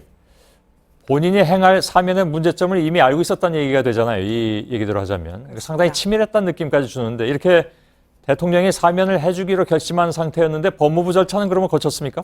네, 사면심사위원회가 열리기는 했습니다. 예. 하지만 아까 말씀드렸듯이 이 대통령이 이미 낙점을 한 뒤에 이 제대로 된 논의가 있었겠느냐 하는 것이 바로 의심이 가는 대목입니다. 예. 쉽게 말해서 정상적이고 법에 근거한 절차는 이 밑에서 위로 올라가는 이 상향식이어야 합니다. 하지만 이 박 대통령의 사면을 보면 이 본인이 결정을 한 뒤에 요식 절차만 거치는 이 하향식이었다는 겁니다. 예. 이 사면심사위원회를 거친 뒤에는 대통령이 안수석에게 이 사면 확정 사실을 미리 SKH가 귀띔해줘라 이렇게까지 지시를 했습니다. 예. 자, 그래서 각 기업이 이런 사면을 받고 뭔가 돈을 내고 뭐 이랬다면 그건 대가성이 성립이 되는 것이기 때문에 매우 심각한 문제가 된다는 얘기인데 특검에서는 이번 사면 의혹도 수사 대상에 포함시켰죠? 그렇습니다. 이 삼원권은 예전부터 이 법치주의 정신과 삼권 분립 정신에 어긋난다는 지적을 많이 받았습니다. 예. 그 폐해가 가장 뚜렷하게 드러난 게 바로 이번 경우가 아니냐는 게 바로 이 특검의 판단인데요. 예. 이 대통령이 초법적인 권한이라는 논란이 제기돼 왔던 이 사면권을 대통령이 대가를 바라고 한 게 맞다면 이건 뇌물죄 가운데서 가장 죄질이 좋지 않은 게 아니냐는 게 바로 특검의 의심입니다. 예, 정재윤 기자였습니다. 자, 오늘 특검에서는 비선 진료 의혹을 받고 있는 김영재 원장도 출석해서 조사를 받고 있습니다. 저희가 계속 보도해드린 것처럼 김 원장은 세월호 7시간 의혹을 풀 수 있는 핵심 인물로도 꼽힙니다. 김 원장은 자신을 둘러싼 혐의를 부인하고 있지만 특검은 구속영장 청구를 검토하고 있습니다. 먼저 이한길 기자입니다. 세월호 참사 다음 날인 2014년 4월 17일, 그리고 닷새 후인 4월 21일, 대통령 얼굴에 피부 시술 흔적으로 추정되는 자국이 나타납니다. 정황으로 봤을 때 단순한 그냥 필러나 이런 시술이 아니고 실리프팅 시술일 가능성이 제일 높아 보이고요. 보안 손님으로 청와대를 드나들었던 김영재 원장은 세월호 참사 당일 대통령에게 실리프팅 시술을 했다는 의혹을 받고 있습니다. 오늘 피의자 신분으로 특검에 나온 김 원장은 혐의를 모두 부인했습니다. 앞서 김 원장은 세월호 참사 당일 행적에 대해선 오전에 장모를 진료한 뒤 오후에는 골프를 치러 갔다고 주장했습니다. 한 말 싸우고 들어가시죠. 성실히 조사할게요. 당연한 거고요. 진료기록부 왜 조작하신 거죠? 그런 적 없어요. 하지만 특검이 장모의 진료 차트를 분석한 결과 필적과 처방 내용 등을 허위로 작성한 흔적이 포착됐습니다. 향정신성 의약품을 대리 처방하고 불법으로 반출한 혐의도 받고 있습니다. 특검은 또 안종범 전 정책조정수석이 김 원장 부인 회사에 15억 원 상당의 연구비를 특혜 지원하고 중동 진출을 도왔다는 의혹도 수사하고 있습니다. 특검은 조사가 끝나는 대로 김 원장에 대해 구속영장을 청구하는 방안을 검토하고 있습니다. JTBC 이한길입니다. 보신 것처럼 세월호 참사 직후 보이는 박근혜 대통령 시술 흔적에 대해서 김 원장은 당일 행적 자료를 제시하면서 자신이 한 것이 아니라고 주장하고 있습니다. 그런데 대통령 피부과 자문의였던 정기양 연대 세브란스 교수도 자신은 아니라면서 특검에 세월호 당일 행적 자료를 제출한 것으로 확인됐습니다. 이렇게 보면 두 사람 가운데 한 사람은 거짓말을 하고 있는 것이고 만일 둘 다 사실을 말하고 있는 것이라면 또 다른 제3의 인물이 시술을 했다는 얘기가 됩니다. 대통령 피부 시술과 세월호 7시간 의혹이 어디까지 밝혀질지 주목되고 있습니다. 이호진 기자입니다. 대통령 피부과 자문의를 지낸 정기양 연대 세브란스 교수가 김영재 원장이 개발한 리프팅용실의 임상시험을 진행한 건 2014년 1월부터 6월까지입니다. 이 때문에 세월호 참사 당시 대통령에게 실 리프팅 시술을 했다는 의혹을 받아왔습니다. 정 교수는 2014년 2월 임상을 마치고 김영재 씨를 반납했다며 관련 의혹을 전면 부인했습니다. 회수한 거는 저희가 2014년 2월 말에 임상시험 1차가 끝나고 그렇죠. 원래 임상시험 계획서에도 그렇고 법적으로도 그렇고 임상시험에 쓴 재료나 약은 다 회수를 하게 돼 있어요. 지난 13일 특검에도 세월호 참사 당일 행적 자료를 제출한 것으로 확인됐습니다. 2014년 4월 16일 광주에서 동료 교수들과 점심을 함께한 사진을 제출했다는 겁니다. 화요일 날 이제 저녁제를 하기 때문에 저는 이제 2시 45분 기차로 1층 내려가서 수요일 날부터 학회를 시작을 하니까 수목 학기하고 목요일에 저녁에 올라왔는데 참사 당일 저녁에는 광주에 있는 대학 동문 초대로 함께 저녁을 먹었다고도 주장했습니다. 정 교수는 취재진에게 참사 직후 대통령 얼굴에 나타난 시술 자국이 실 리프팅 흔적이라며 김영재 실일 가능성을 제기했습니다. 하지만 김영재 원장은 세월호 참사 당일 장모 진료에 이어 골프를 쳤다며 관련 흔적 자료들을 제출한 바 있습니다. 김 원장과 함께 청와대를 드나든 것으로 확인된 부인 박채윤 씨 역시 세월호 참사 당일 여권을 신청하러 갔다고 밝혔습니다. 김 원장 부부는 최근 한 언론과의 인터뷰에서 자신들은 시술을 하지 않았지만 만약 했다면 정기한 교수가 있는 세브란스 병원 측이 했을 가능성을 제기하기도 했습니다. 비선 의료진과 자문의가 모두 부인하는 가운데 특검에서 진실이 밝혀질지 주목됩니다. JTBC 이호진입니다. 일본이 부산 소녀상을 문제 삼아 대사를 불러들인 지 아흘째. 이번엔 독도를 자기네 땅이라고 주장하고 나섰습니다. 독도에 소녀상이 설치되는 걸 막으려는 건데 한일 외교의 일본 측 책임자인 외상의 발언이라 가벼이 넘길 수가 없습니다. 이정헌 특파원입니다. 竹島はそもそも我が国国際法上も歴史的にも我が国固有の領土である。 경기도 의회가 독도에 소녀상 설치를 추진하는 것에 대한 일본 정부의 공식 반응입니다. 기시다 외상은 독도에 소녀상 설치를 수용할 수 없다고 말했습니다. 한일 관계를 더 경색시킬 추가 조치를 시사한 것으로도 풀이됩니다. 산케이 신문은 새로운 외교 문제로 발전할 우려가 있다고 보도했습니다. 아베 총리는 일본 대사의 한국 복귀와 관련해 조기에 귀임시킬 필요가 없다. 일본 국민이 납득하지 않는다고 말한 것으로 전해졌습니다. 외교부는 일본 총괄공사를 초치하고 독도에 대한 부질없는 주장을 즉각 포기하라고 촉구했습니다. 외교 관례를 핑계로 소녀상 문제에 소극적으로 대응해온 것과 대조적입니다. 아베 내각의 지지율은 대사 일시 귀국 조치 등의 영향으로 최고 67%까지 치솟았습니다.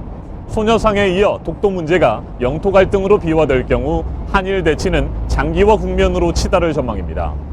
도쿄에서 JTBC 이정헌입니다. 네, 이렇게 소녀상 문제가 외교 갈등으로 치닫는 가운데 오늘 충남 서천에서는 56번째 소녀상이 세워졌습니다. 일본의 억지 주장과 정부의 미온적인 대처 속에 시민들의 소녀상 건립운동은 더 퍼질 것으로 보입니다. 정영재 기자입니다. 하얀 천이 벗겨지며 소녀상이 모습을 드러냅니다. 한 학생이 입고 있던 점퍼를 벗어 소녀상에게 입힙니다. 충남 서천에선 2015년 말 한일 위안부 합의가 나온 직후부터 소녀상 설치를 위한 모금운동을 벌여 지난해 10월 제작까지 마쳤습니다. 하지만 군청이 설치를 불허하면서 2달 넘게 천막 안에 보관해야 했습니다. 그러다 부산 일본 총영사관 앞 설치가 허용되자 서천군도 태도를 바꾼 겁니다. 일본의 철거 압박이 거세지고 정부는 여전히 모호한 태도를 보이고 있지만 소녀상 설치 운동은 오히려 확산되고 있습니다. 현재까지 국내와 해외에 설치된 소녀상은 모두 56개. 설치 예정인 곳까지 합치면 71개에 이릅니다.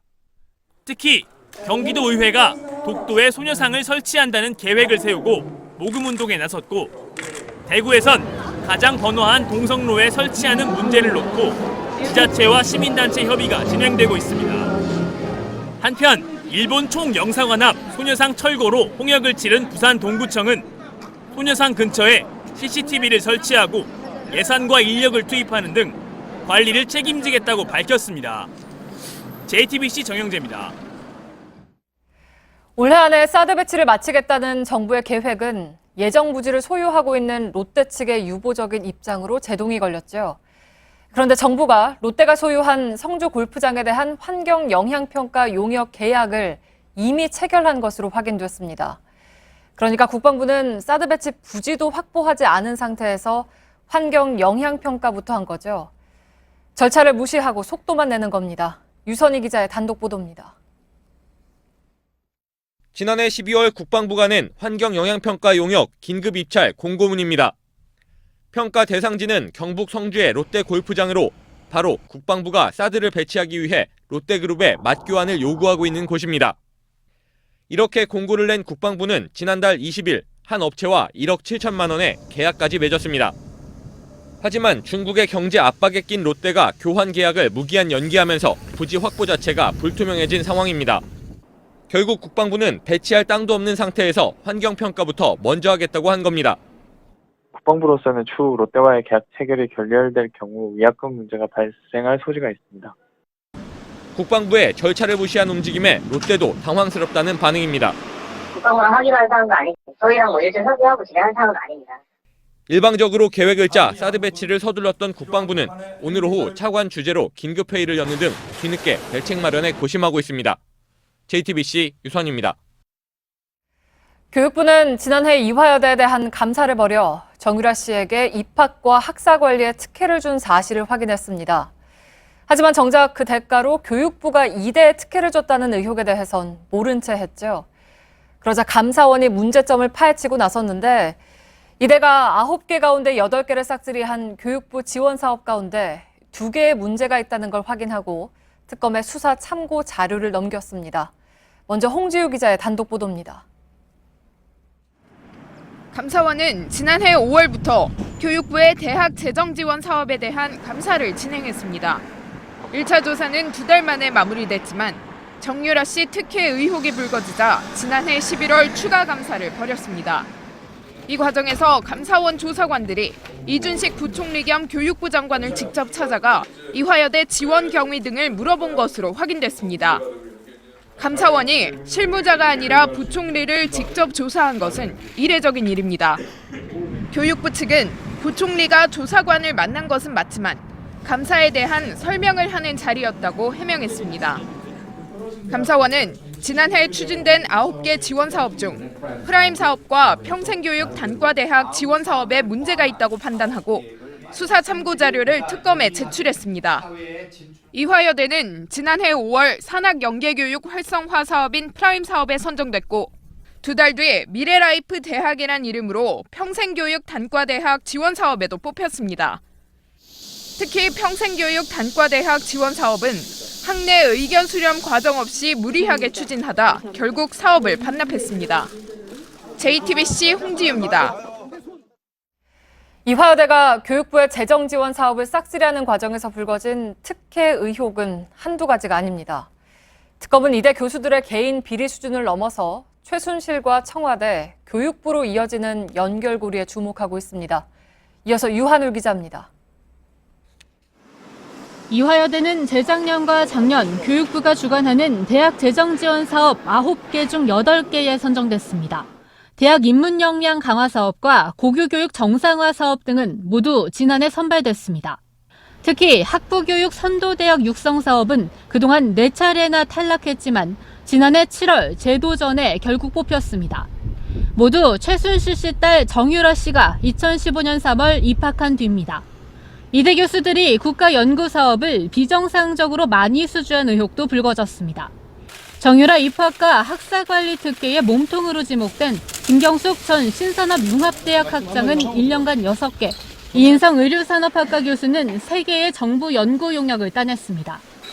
박영수 특검팀은 대학 재정지원 사업 선정이나 비정상적인 프로젝트 수주가 일부 교수들의 힘으로 결정할 수 있는 일이 아니라고 판단하고 있습니다. 최순실과 청와대, 교육부로 이어지는 연결고리가 있을 가능성이 크다는 겁니다. 이에 따라 자체 감사에서 책임을 비켜간 교육부 고위 공무원들에 대한 본격적인 수사가 불가피할 전망입니다. JTBC 유한울입니다. 기성 정치권과 거리를 두며 민심 청취부터 하겠다던 반기문 전 유엔 사무총장이 활동비 문제까지 거론하며 기존 정당에 입당할 뜻을 밝혔습니다. 새누리당으로 가긴 어렵다고 말해서 선택지는 바른정당과 국민의당으로 일단 좁혀졌습니다. 송지혜 기자입니다. 반기문 전 총장이 설 연휴 이후에 기존 정당에 입당할 뜻을 밝혔습니다. 어젯밤 경남 김해에서 기자들과 호프 미팅 중에 지금까지 대통령이 된 사람 중에 당이 없었던 사람이 없었다면서 한 말입니다. 그러면서 독자적으로 활동하면 사무실 운영비 등을 대는데 어려움이 있다고도 말했습니다. 특히 반 전 총장은 처음엔 창당에 대해서도 언급했지만 이내 창당은 사실상 어렵다고 했고 또 새누리당 행도 아니라고 해서 사실상 선택지를 국민의당과 바른정당으로 좁혔습니다. 국민의당은 일단 거리를 뒀습니다. 이명박 정부 때의 인물을 포함해서 개혁적이라고 보기가 힘든 분들이 계셔서 우려가 더 깊습니다. 박지원 대표도 반 전 총장은 새누리당 정권의 피를 이어받은 사람이라며 국민의당과 멀어져 간다고 말했습니다. 반면 반 전 총장 영입을 노려온 바른정당은 환영했습니다. 우리 훌륭한 대선 후보들과 함께 치열한 경쟁을 할 수 있는 장을 열어가도록 하겠습니다. 하지만 반 전 총장은 오늘은 입당과 관련해 말을 아꼈습니다. JTBC 송지혜입니다.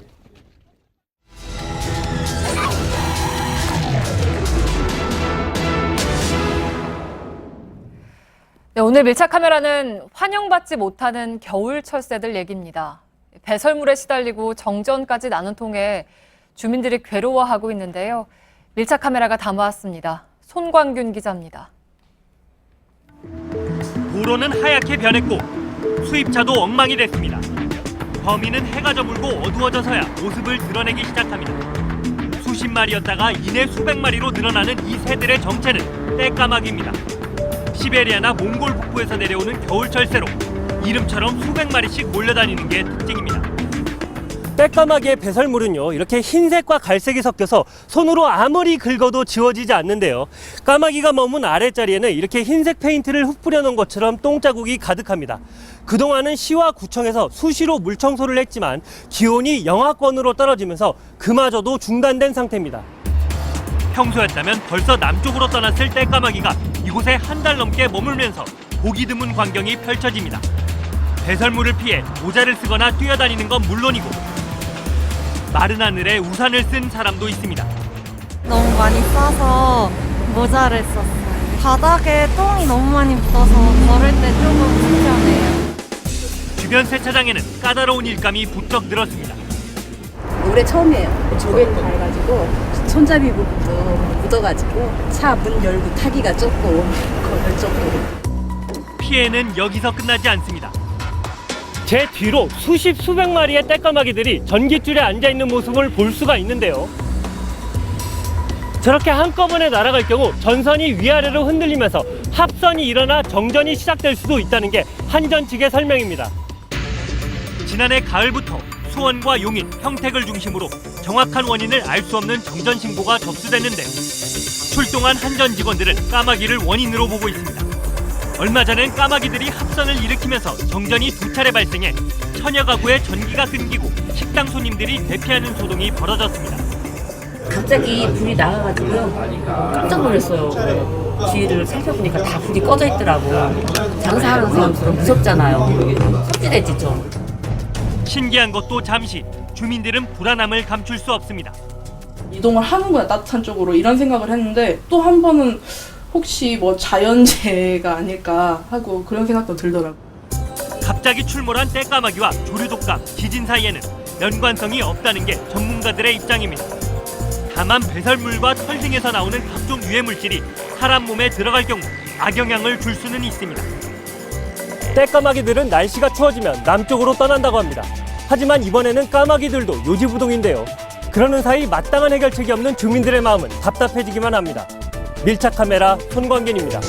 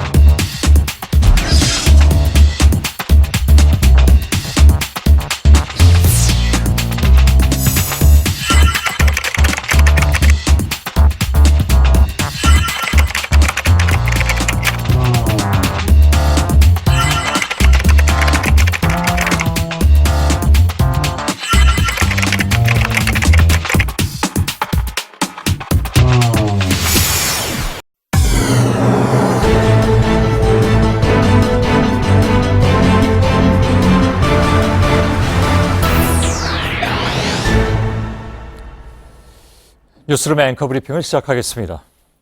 보수 그리고 수구, 원로 보수학자인 송복 교수는 이 둘을 이렇게 구분했습니다. 보수는 절대 수구가 아니며 보수는 언제나 개혁과 변화를 지향해가는 것. 듣고 보면 당연하다 생각도 들지만 수구 역시 보수를 주장하기 때문에 때로는 그 커다란 간극이 착시에 의해서 가려지기도 하죠. 최순실 게이트가 벌어지고 있는 지금 어쩌면 바로 그런 착시를 유도하려는 움직임은 점점 더 치열해지고 있는지도 모르겠습니다. 그렇다면 그들이 원하는 착시를 위해서 필요한 것들은 무엇인가? 대상을 향한 무조건적인 믿음 혹은 불신, 이를 위해서 부정되는 진실과 또한 부정하기 위해서 동원되는 억지, 그리고 그 착시를 유도하기 위해서 끊임없이 반복되어 전파되는 주장들. 그것이 지난 몇 주일간 집요하게 진행되어 온 일들이었습니다. 아마 시청자 여러분께서는 오늘도 누가 생산자인지도 모르는 카톡 하나쯤은 받으셨을 테죠. 입에 올리기도 민망하지만 그 내용 중에 하나는 이것이었을 겁니다. 이 정부의 왜곡 현상을 세상에 알린 단초가 된 그 태블릿 PC는 조작이었고, 이를 세상에 알린 쪽은 북한의 지령을 받는 혁명의 주력 대오였다. 그 밖에도 수없이 반복되고 지속된 억지라고 몰아붙인 억지 주장과 거짓이라고 몰아붙인 거짓말들, 그리고 마치 전가의 보도처럼 휘두르는 태극기. 그러나 누군가의 말처럼 이것은 촛불과 태극기의 싸움이 아닌 옳고 그름의 싸움이었습니다. 적어도 학력과 병역조차 부모 능력에 의해서 좌우되고 정부와 기업이 편법과 탈세로 거래를 일삼는 세상, 최순실과 그 무리들이 살기 좋았던 그 세상, 그런 세상을 지키는 것이 태극기는 아니기 때문입니다. 그들은 세상을 착시에 빠지게 하려다가 혹 자신들이 착시에 빠져버리는 것은 아닌가, 마치 리플리 증후군처럼 말입니다. 오늘의 앵커 브리핑이었습니다.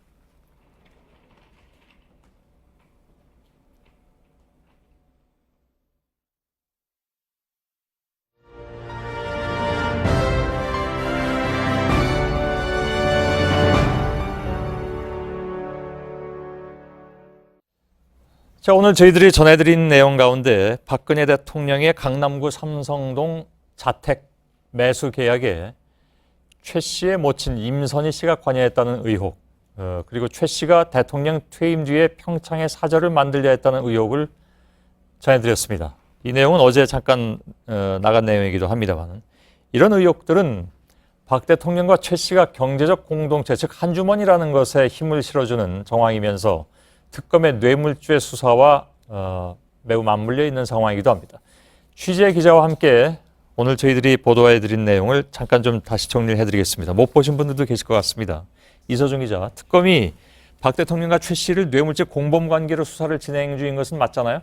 네, 맞습니다. 박 대통령과 최 씨가 공모를 해서 대기업의 돈을 받아냈다라고 보는 건데요. 예. 특검은 최 씨가 이 대기업의 돈을 받아내기 위한 재단과 유령회사, 한마디로 이 지갑에 해당하는 조직을 만들고 이 박 대통령에게 부탁을 하면 이 박 대통령이 이 대기업 총수들을 불러 이 최 씨가 마련한 이 지갑에 돈을 넣으라고 한 것으로 이러한 과정으로 판단을 하고 있습니다. 예. 특히 최 씨와 박 대통령이 윤전추 행정관 등을 통해서 이 서류를 주고받는 등 공모를 논의한 과정들도 드러나고 있습니다. 예.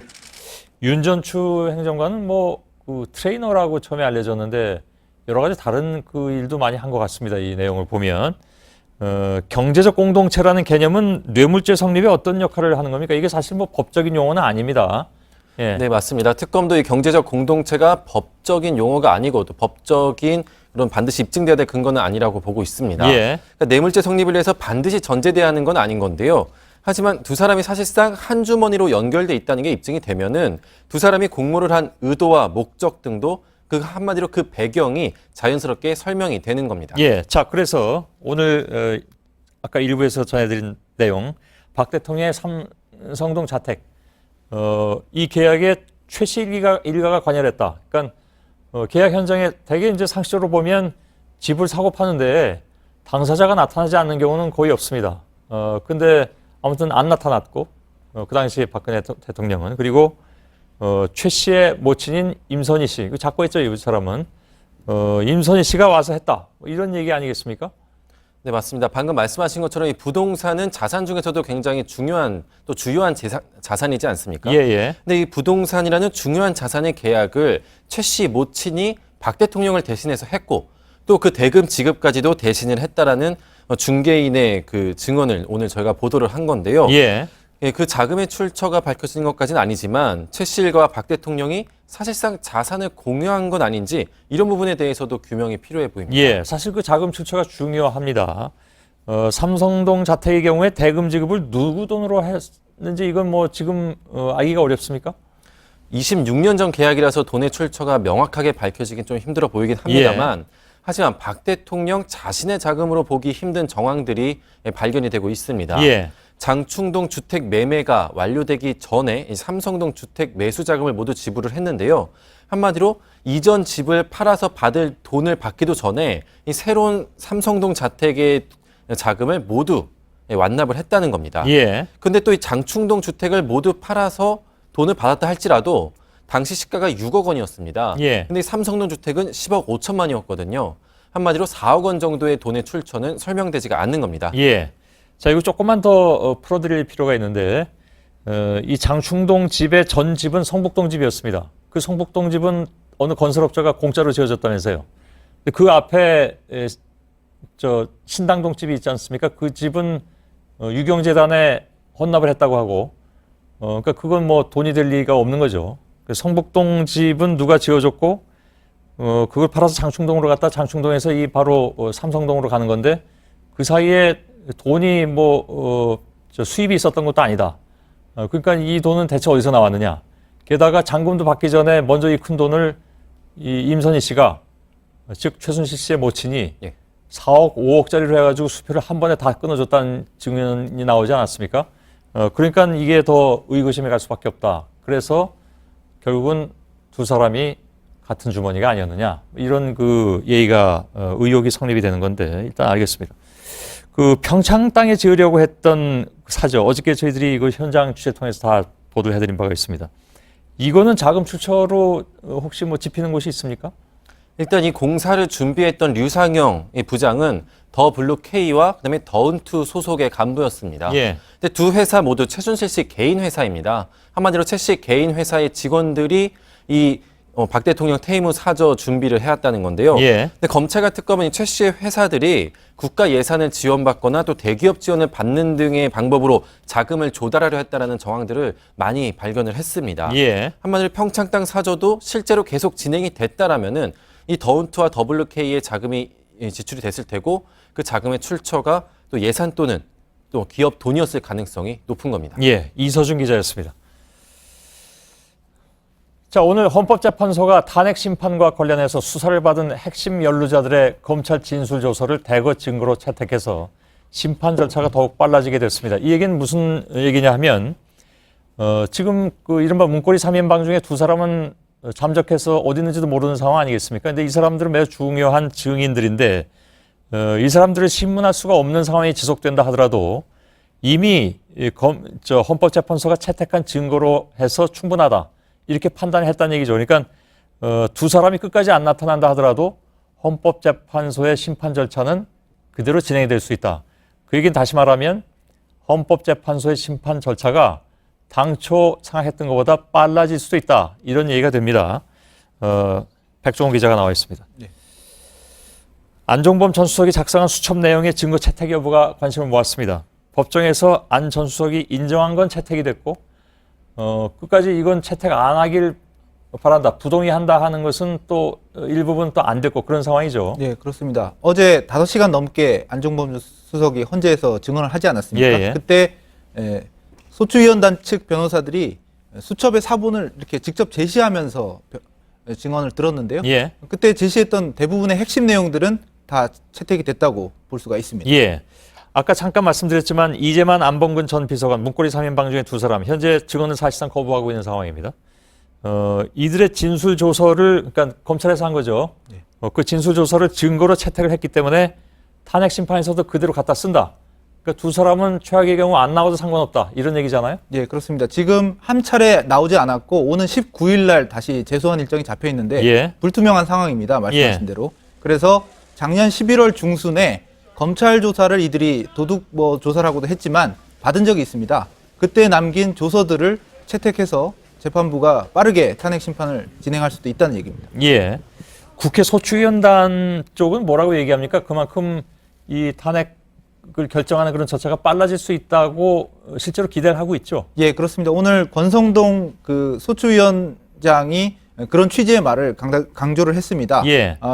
뭐 수사 보고서 이런 것들 논란이 되는 것들을 하나하나 심판정에서 따지기보다는 관련 증인, 아까 예를 든 뭐 이재만 안봉근 같은 사람도 있지 않습니까? 그런 증인들의 출석을 기다리기보다 진술 조서를 통해서 재판부가 빠르게 판단할 수 있고 논란이 된 것들을 다 쳐내고 빨리 탄핵 심판에 집중할 수 있다 이렇게 주장을 했습니다. 예. 사실 요즘 시중에는 탄핵 결정 여부가 언제 이게 나오느냐에 대해서 굉장히 관심들이 많고 여러 가지 시나리오들이 얘기가 오가고 있습니다. 그중에는 뭐 헌법재판관들의 임기 문제, 그중에서도 헌법재판소장의 임기 문제도 거론이 되면서 뭐 그 전이냐 후냐 뭐 이런 얘기들이 많이 오가고 있는데 예. 그 사실 여기서 백종원 기자하고 서로 예상한다는 건 좀 무의미해 보이고요. 또 위험하기도 하고. 예. 다만 지금 이런 그 증거 채택 같은 것들이 이런 절차들을 결코 느리게 하지 않을 것이다라는 정도까지는 얘기를 할 수 있을 것 같습니다. 네. 맞습니까? 예, 일단 뭐 정리를 좀 해서 말씀드리면 예. 1월 31일 날 박한철 헌재 소장이 이제 퇴임을 하게 되고 3월 예. 13일 날 이정미 재판관이 퇴임을 하기 때문에 그 사이에 결정이 있지 않겠느냐라는 얘기가 많은 건 사실이고요. 예. 다만 그 시기를 예단하기에 앞서서 이런 증거 조사 같은 것들이 뭐 검찰의 진술 조서를 많이 50여 명을 오늘 인정했습니다. 예. 그래서 그런 것들 그리고 논쟁이 됐던 것은 피해가면서 빠르게 뭐 증언을 많이 듣는다든지 이런 것들이 관련 심판을 좀 당길 수 있는 요소가 되지 않겠느냐 이런 관측이 나오고 있습니다. 예, 알겠습니다. 백종원 기자와 여기까지 진행하겠습니다. 수고했습니다.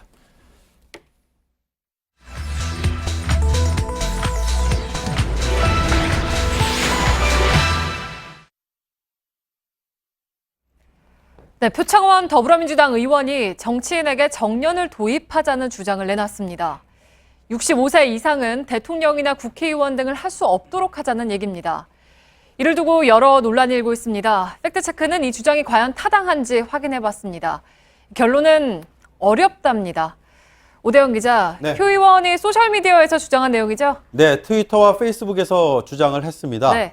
대통령, 국회의원, 지방자치단체장 또 장관까지 다 포함을 해서 이런 네. 고위공직자는 정년이 없으니까 정년 도입해야 된다. 그 나이로 65세를 제안을 했습니다. 네, 그 아래 도입하자는 얘기가 2번이나 더 도입하자는 말을 했군요. 네, 그 도입을 여러 차례 얘기했기 네. 때문에 단순한 의견 개진이 아니라 이거 적극적으로 도입하자는 그런 취지의 주장 아닌가? 네. 이런 생각을 하게 되는 거죠. 네, 그리고 트위터에는 이제 그 취지가 뭐였는지를 또 이야기를 했는데 나라가 활력이 있고 빠르게 변하는 세상에 효율적으로 대응하고 청년에게 더 폭넓고 활발한 참여 공간을 줄 수 있다. 뭐 이런 취지로 말을 한 건가 보죠? 그렇습니다. 네. 이런 주장이 그러면 실현 가능성이 있느냐? 네. 이게 문제잖아요. 지금부터 보겠습니다. 대통령이 되려는 자 최소한 40세가 넘어야 됩니다. 40세 이상이 돼야 됩니다. 그건 헌법과 선거법에 나와 있습니다. 네. 상한은 없습니다. 그러면 이번에 국회의원과 지방자치단체장은 어떨까요? 헌법은 아니고 선거법에 나옵니다. 25살 이상의 출마 가능합니다. 상한선은 역시 없습니다. 네, 그러니까 표창원 의원 주장은 지금 오대영 기자가 저기 X로 표시를 한 상한 연령을 65세 미만으로 바꾸자라는 거 아니겠습니까? 그렇습니다. 저걸 바꾸려면 뭘 바꿔야 되느냐? 일단 대통령은 헌법부터 바꿔야 됩니다. 네. 그리고 국회의원은 지자체장은 선거법을 바꾸면 되는 걸로 일단 보입니다. 네, 그러니까 헌법을 바꾸려면 국민투표까지 해야 하니까 대통령 규정 바꾸는 게 더 어려운 거군요. 더 까다로워 보이죠. 네. 그런데 이게 이렇게 바꿀 수 있다라는 건 이론상 그렇다는 거고 네.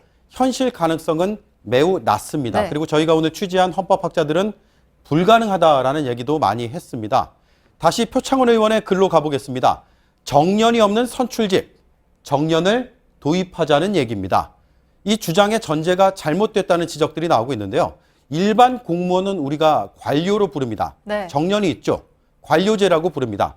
표 의원이 장관도 언급했는데 장관은 여기에 해당될 수도 있겠습니다. 그러나 선출된 사람은 정년이 없습니다. 국민의 손으로 뽑았다는 정당성 때문입니다. 이게 바로 대의제, 대의민주주의의 핵심입니다. 네, 선출직, 그러니까 대통령이나 국회의원은 일반 관료가 아니라 국민이 선출한 국민의 대리인이다. 그래서 정년을 둘 수가 없다라는 거죠. 네, 그래서 헌법 학계 취재를 전반적으로 해보니까 네. 표창원 의원의 주장이 실제로 논의될 가능성은 매우 작다, 네. 없다, 이런 얘기가 나옵니다. 들어보시죠.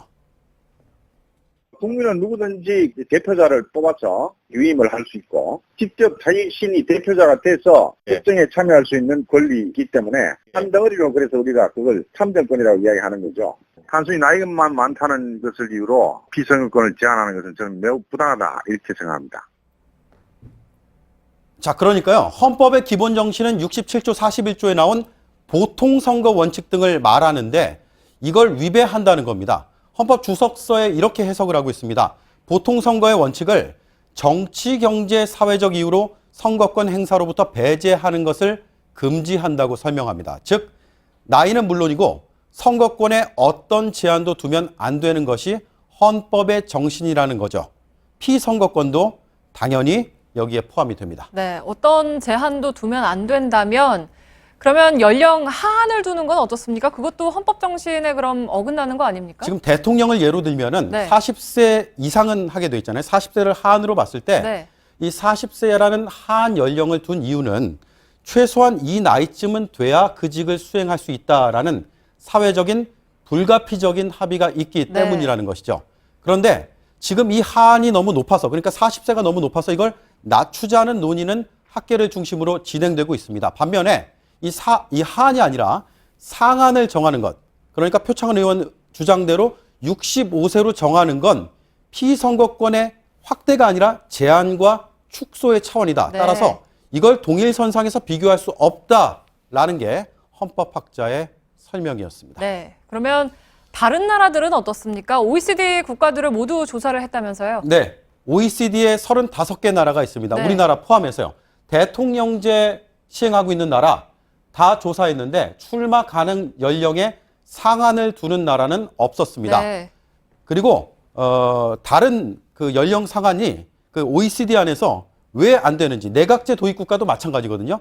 35개 국가 중에서 아무도 없었습니다. 왜 그럴까요? 들어보시죠. 비교법적으로 봐서도 다른 나라들이 왜 그런 선출직 공무원의 연령 상한을 두지 않았겠는가. 그게 위헌의 소지가 있기 때문인 것이거든요. 그런 차원에서 봤을 때도 위헌 주장이 거세게 제기될 것으로 예상됩니다. 네, 오늘 표창원 의원의 주장에 대해서 다른 당에서는 신고려장이다, 노인 폄하다 라는 식의 거친 표현에 더 중점을 두고 있습니다. 하지만 저희가 취재해보니까 이건 단순하게 그런 말싸움의 대상이 아니라 헌법 가치의 문제였습니다. 네, 그러니까 좀 더 근본적인 차원의 문제였군요. 팩트체크 오대영 기자였습니다.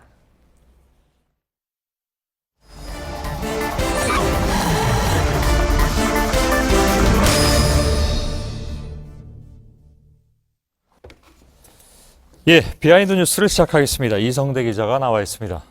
자, 시작할까요? 예. 첫 번째 키워드입니다. 너의 이름은.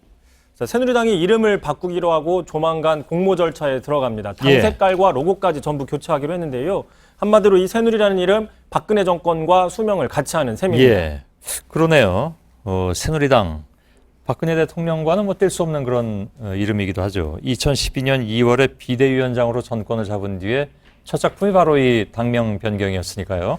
그렇습니다. 그래서 당시에 이렇게 이름과 당 색깔 같은 걸 바꾸면서 파격이라는 평가를 받았는데 그런 만큼 당 내에서도 반발이 많았습니다. 예를 들어 유승민 의원 같은 경우에는 당명에 정체성을 제대로 담지 못했다. 의총을 소집해서 따져보자 이렇게 얘기를 했었고요. 심지어 비대위원회 안에서조차도 진통이 있었습니다. 어떤 특정 교회를 연상시킨다, 뭐 강아지나 어떤 유치원 이름으로 쓰인다 이런 반발들이 나왔는데 자 그러다 보니까 박 대통령이 당시 비대위원장이 직접 나서가지고 비대위를 설득했는데요. 이렇게 설득을 했습니다. 자, 멜이라는 이름은 지금 강아지 이름으로도 쓰이지만 반대로 종교적으로는 성모 마리아라는 신성한 뜻도 있다. 결국 내용이 중요하다. 이렇게 설득하기도 했습니다. 예. 어쨌든 당명 교체는 결과적으로 한나라당, 그 당시 뭐 차떼기당 이런 별명들이 쫓아다녔는데 그런 부정적인 이미지를 탈피하는 데 도움이 됐다는 것은 결과적으로 이렇게 얘기가 나왔고요. 그 이후에 총선 대선에서 연달아 또 승리를 하지 않았습니까? 그렇습니다. 그때는 좋았는데 지난해부터 이제 최순실 국정농단 사건이 터지면서 또 이 당명이 최 씨가 또 관여한 게 아니냐는 의혹까지 나왔습니다. 예. 왜 그러냐? 이 새누리라는 이름이 최태민 씨가 연관된 의혹을 받고 있는 특정 종교의 순 우리말과 같기 때문입니다. 예. 뭐 심지어 일각에서는 이 로고 자체가 승마의 어떤 말 한 장을 뜻한다. 뭐 이런 좀 그런 설까지 퍼뜨리고 예. 있었는데요. 자, 그런데 설마 그렇진 않겠죠. 예, 그렇습니다. 확인이 안 되고요. 예. 자, 그런데 이름을 바꾼다고 해서 당혁신이 되느냐 근본적인 의문이 나온다는 지적도 있습니다. 지난 총선을 앞두고 미국의 월스트리트저널에 이런 기사를 쓴 적이 있습니다. 우리나라 정당들은 이름은 많이 바뀌지만 여전히 같은 정당이다. 특히 선거에 패배할 때마다 새 이름으로 교체하기를 반복한다. 이렇게 비판한 적도 있습니다. 예. 또 어떤 당의 이름이 헌정사에 하나가 더 얹어질지 이제 뭐 세기도 어려운 그런 상황인 것 같습니다. 예. 아마 의원들도 자기가 속했던 당을 외우기 어려운 사람들도 좀 있을 겁니다. 하도 많이 바뀌어돼가지고. 예. 다음 키워드는요? 네, 두 번째 키워드 보겠습니다. 어디선가 들어본. 자, 반기문 전 총장의 행보 연일 화제를 일으키고 있는데 그 내놓는 발언도 화제입니다. 예. 그런데 이미 어디서 본 듯한, 들어본 듯한 익숙한 느낌들이 나는데요. 자, 어제 운명론을 꺼냈습니다. 이렇게 얘기를 했죠. 자, 최순실 사태와 탄핵 이후에 당신 아니면 안 된다는 말을 듣고 야, 대선 출마가 운명이구나 싶었다라고 이야기를 했습니다. 그런데 이 말 이미 2011년 문 전 대표가 자신의 책 운명에서 비슷하게 했습니다. 노 대통령은 유서에서 운명이라고 했다. 나야말로 운명이구나라고 하면서 정치 참여를 운명이라고 설명한 적이 있습니다. 예. 그러니까 뭐 그 정치 참여, 그러니까 대선 출마가 주체적인 선택이 아니라 운명적 소명이다 이렇게 주장을 한 건데 지금 뭐 공교롭게도 여론조사 뭐니까 지지도 조사에서 상위 1, 2위를 다투는 사람들이 지금은 최근 조사는 문재인 전 대표가 오차범위 밖에서 더 앞서고 있긴 하죠. 아무튼 1위, 2위가 모두 운명이라고 얘기하고 있는 그런 상황인 것 같습니다. 또 귀국할 당시에 정권 교체가 아니라 정치 교체가 필요하다 이런 주장을 했는데요. 예. 자, 이 역시 이미 누군가가 앞서서 했습니다. 직접 들어보시죠. 예. 정권 교체의 수준을 넘는 정치 교체와 시대 교체로 새로운 시대, 국민 행복 시대를 열겠습니다. 이 말은 노무현 전 대통령도 2002년 대선 당시에 정치 교체를 해야 된다라고 주장한 적도 있습니다. 그렇군요. 반 전 총장 측은 진보하고 보수를 아우르겠다 뭐 이런 입장을 계속 얘기하고 있고 스스로 진보적 보수주의자다 이런 표현도 나왔습니다. 근데 이것도 이미 나온 말이라면서요? 그렇습니다. 심지어 이 진보적 보수주의자라고 이미 쓴 사람이 있습니다. 예. 누구냐? 자, 윤여준 전 장관이죠. 2014년 안철수 전 대표와 신당을 창당하는 과정에서 이렇게 얘기를 했습니다. 나는 보수도 진보도 아니고 누가 정체성을 한마디로 표현하라고 묻길래 농담 삼아 나는 진보적 보수주의자입니다. 라고 얘기를 한 적이 있다고 얘기를 했습니다. 예. 자, 지금 반 전 총장이 보수와 진보를 뛰어넘는 제3의 길을 보여주기보다는 아직은 이 기존에 있는 거를 좀 재활용하고 있는 게 아니냐는 평들도 나오고 예. 있습니다. 아무튼 진보적 보수주의자는 윤여준 전 장관은 농담 삼아 얘기했다고 하고 반 전 총장은 진담으로 얘기하는 그런 차이점은 있는 건 모양이군요. 알겠습니다. 비하인드 뉴스 여기까지 하죠. 이성대 기자였습니다. 내일 새벽엔 강원 영서지방, 오전에는 일부 중부지방에 눈발이 조금 날리겠고 낮 기온은 3도에서 9도로 포근하겠습니다. 예. 자, 뉴스룸 여기서 마치겠습니다. 저희들은 내일도 최선을 다하겠습니다. 여러분 고맙습니다.